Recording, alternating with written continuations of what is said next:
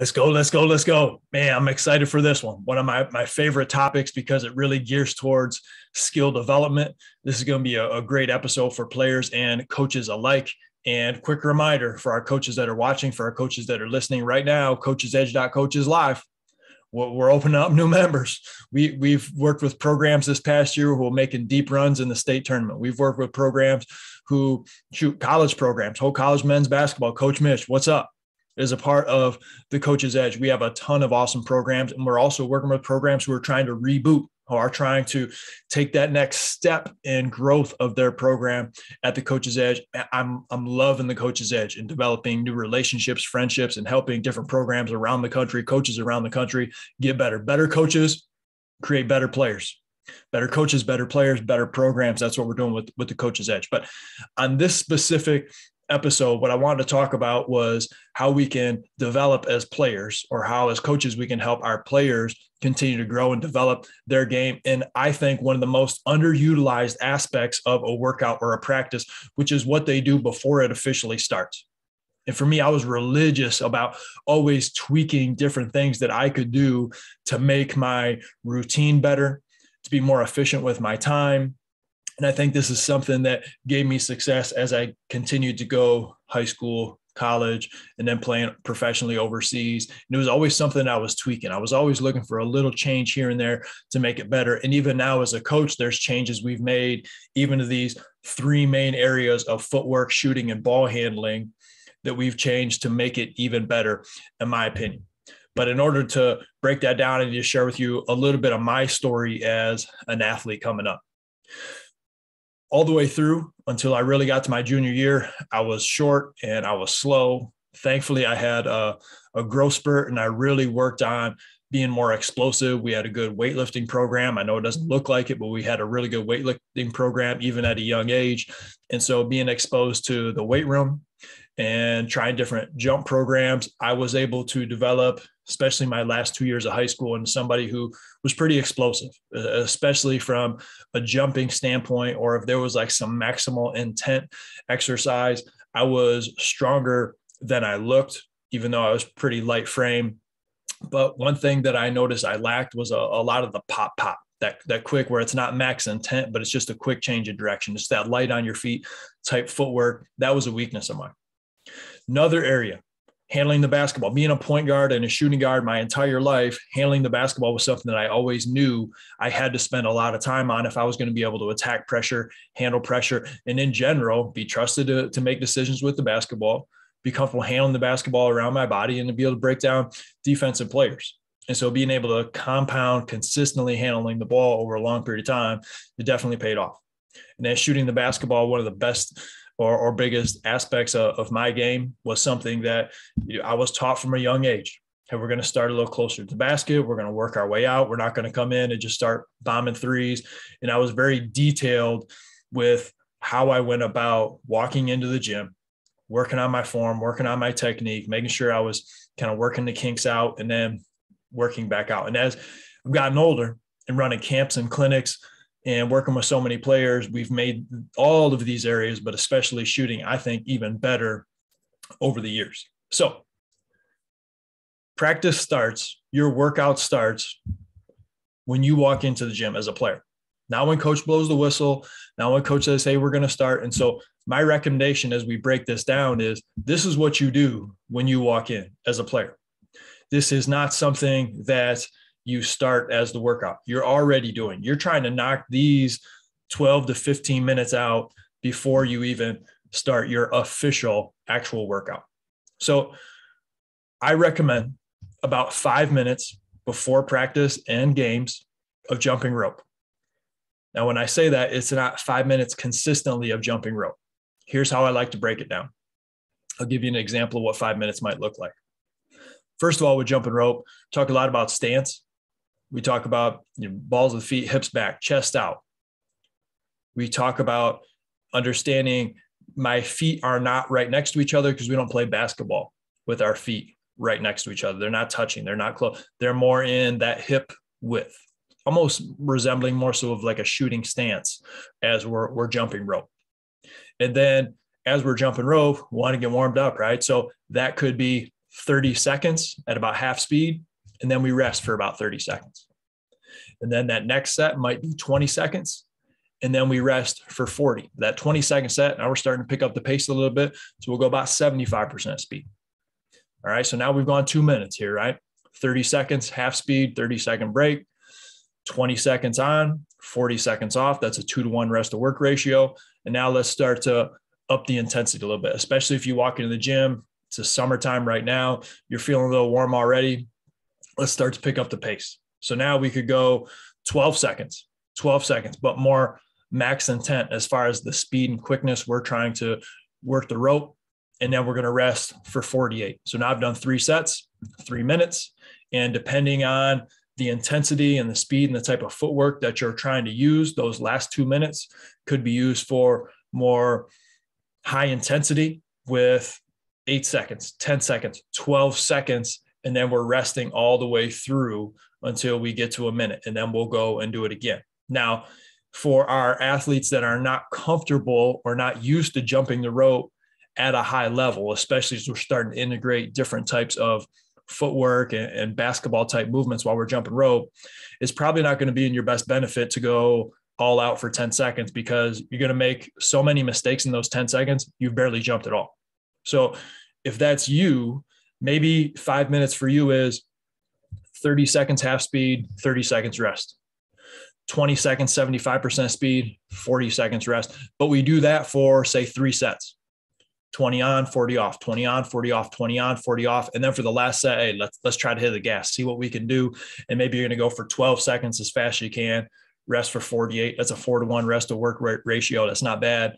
And then we're 5 minutes into our jump rope, and then we're good there. And if you're curious about what some of the jumps can look like, send me a message at contact@currentbasketball.com. I can send you a little video of what we show with our athletes and with our coaches of some jump rope variations because we try to jump rope for basketball, right? I'm not jumping rope because I want to be better at jumping rope. I'm jumping rope because I want to be a better basketball player. So after we're working on alternating our feet, we can work on our 2-foot, what I call stance jumps, where we can get high knees, we can get butt kicks, we can get skater jumps in, we can get X jumps in, we can get hip turns in, which are one of my favorite jumps with the jump rope. We can get double jumps in where we're really concentrating on dorsiflexion, which is really that pop being quick and strong off of the floor. The options are endless.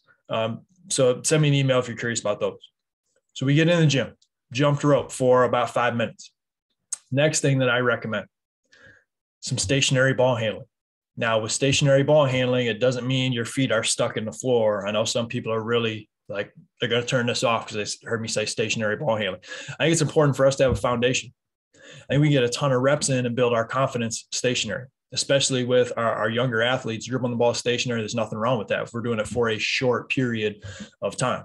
And even as an advanced player, if I can really work on my base, wide base in my stance, keeping my chest up, my chin up for court vision, being explosive with the dribble, there's a lot of really good things I can accomplish being stationary. And as I'm stationary, we can start to add in the footwork, the jabs, right? The forward jab, the side jab, our angle jab, our cross step, stepping across our body, stick and square, back dribbles. These are all different things that we can do. And I still would call that stationary ball handling. We also have rhythm ball handling, which is a full series on our app where we're really working on almost like we're jumping rope while we dribble. And this is a great way for us to work on some of that pop while we're becoming better ball handlers as well. So if I'm stationary for about 5 minutes, here's something that you could do. We have 11 stationary ball handling drills within our program. These are staples. And we recommend most of our players that they do them every day. Now there's other variations and dribbles that we can spring in, but these are some of our foundational dribbles. So I'll walk you through these right here.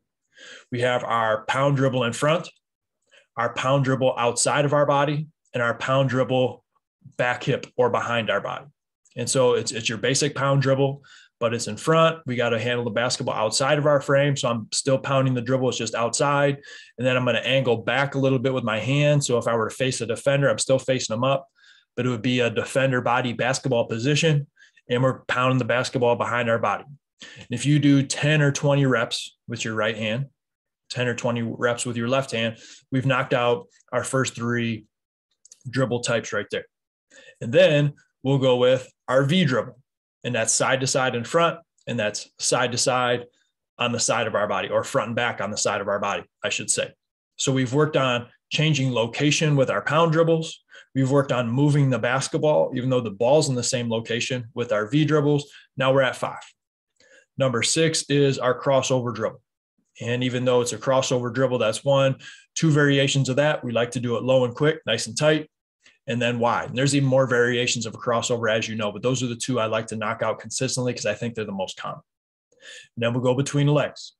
So maybe I go 10 dribbles, right hand in front, left hand behind, between my legs, and then I switch and go between legs, left hand in front, right hand behind, back and forth between legs, really concentrating again.